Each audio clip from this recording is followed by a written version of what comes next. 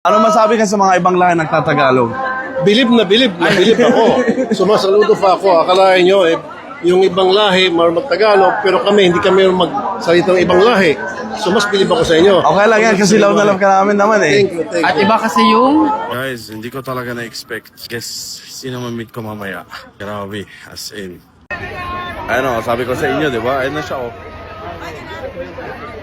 Doon siya nga sa crowd. Malapit na nga dito eh.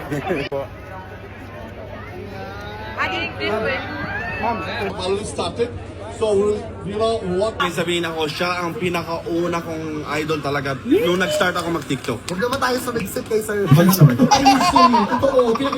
Rapi tulpo, isang taong hindi ka iiwanan. Basta nasa tama ka, ilalabang ka ng patayon. Kahit na sariling reputasyon niya ang itaya, ipagtatanggol ka niya kahit siya ang mapahiya. Ang sarap kapag panatagsan man ng iyong tungtungan, dahil merong rapi tulpo ka na masusumbungan. Pag sa hirap ang lahat ay gusto mo ng tuldukan, gagawa ng paraan pa siya ang iyong tinakbuhan. Di lang basta solusyon sa iyong pinagdadaanan. Maraming mahirap ang binigyan ng kabuhayan. Mga tao na binuhay ang pag-asa na naglaho na. Mga taong sumuko na sa buhay ibinangon niya. Idol, napakasarap mo magmahal. Sana araw-araw ay gabayan ka ng may kapal. Dahil sa mga pagtulong mo na walang kapalit, nakita yun lahat ni Lord, siya na bahala. Sa'yo, ha?